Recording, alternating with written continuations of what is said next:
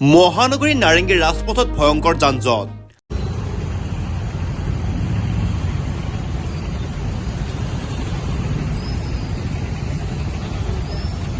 ৰাজপথৰ এটা ফাল আবদ্ধ কৰি গেছৰ পাইপ পুতি থকাৰ ফলত সৃষ্টি হৈছে তীব্ৰ যান-জঁটৰ।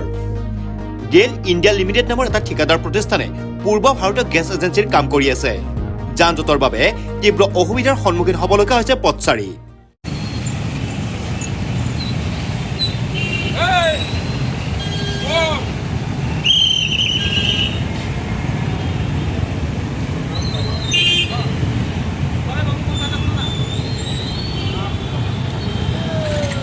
স্কুলত থব গ'লো 7:50, এতিয়া 9 বাজি গ'ল, এতিয়াহে মই ঘূৰি আহিব পাৰিছোঁ। 1 ঘণ্টাৰ ওপৰ লাগিছে। এইবিলাক কাম এই দিনৰ ভাগত কিয় কৰে? ৰাতি কৰিব লাগে পাইপ বহোৱা কামটো। কিমান দিগদাৰ হৈ গৈছে মানুহবিলাকৰ, ঘণ্টাৰ পিছত ঘণ্টা ধৰি যান জঁটত ফচি আছে। বহুতখিনি সমস্যা হৈ পৰে আমাৰ কাৰণে, কাৰণ সময়টো আমি মিলাব নোৱাৰোঁতো এনেকৈ।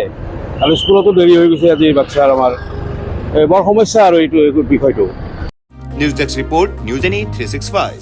Stay informed, stay ahead. News Any 365.